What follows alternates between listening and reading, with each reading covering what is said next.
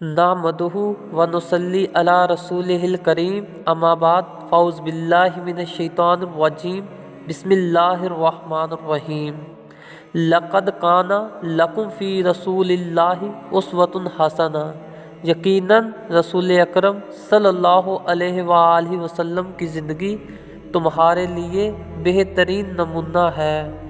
آج ہم ایک ایسا ہی حضور اکرم صلی اللہ علیہ وآلہ وسلم کی حیات طیبہ کا سچا واقعہ بیان کرنے جا رہے ہیں۔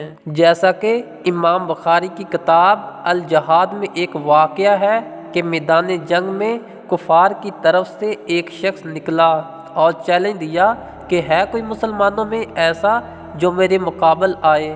اسلامی لشکر میں سے ایک شخص نکلا، مقابلہ ہوا، کافر نے ایک مسلمان مجاہد کو شہید کر دیا۔ اس کے بعد اس نے دوسرے مسلمان کو بھی شہید کر دیا۔ اس طرح دو مسلمانوں کو مسلسل شہید کرنے کے بعد وہ غرور و تکبر میں مبتلا ہوا۔ حضور اکرم صلی اللہ علیہ وآلہ وسلم کے سامنے آیا اور پوچھا کہ آپ ہمارے ساتھ جنگ کیوں کرتے ہیں؟ حضور اکرم صلی اللہ علیہ وآلہ وسلم نے فرمایا کہ ہم تمہارے خلاف اس لیے لڑتے ہیں کہ پوری کائنات میں اللہ کا کلمہ بلند ہو اور لوگ اس مالک الملک کے احکامات پر عمل پیرا ہوں۔ اس نے کہا یہ تو اچھی بات ہے، کیا میں قبول کر سکتا ہوں؟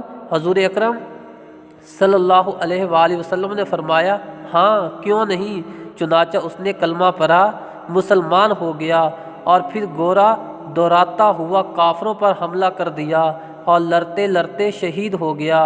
اللہ اللہ، جو شخص تھوڑی دیر پہلے کافر تھا اور دو مسلمانوں کو شہید بھی کر چکا تھا، خود دشمن اسلام بھی تھا اور دشمن مسلمان بھی، چند لمحوں بعد خود شہادت کا مقام پا گیا۔ اور پھر سعادت و شرف یہ بھی کہ خود حضور اکرم صلی اللہ علیہ وآلہ وسلم نے اسے اٹھایا اور ان دو مسلمان شہداء کے ساتھ قبر میں اتارا جنہیں اس نے شہید کیا تھا۔ حضور اکرم صلی اللہ علیہ وآلہ وسلم نے ان تینوں پر نظر ڈال کر فرمایا کہ اگرچہ یہ ایک دوسرے سے دشمنی رکھنے کے جذبے میں اس جہاں سے رخصت ہوئے، امید ہے قیامت کے دن اللہ پاک شہادت کی برکت سے ان کے دلوں میں ایک دوسرے کے لیے الفت و محبت ڈال دیں گے۔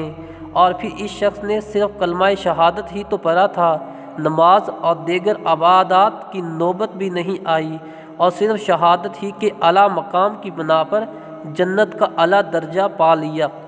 سبحان اللہ، سبحان اللہ۔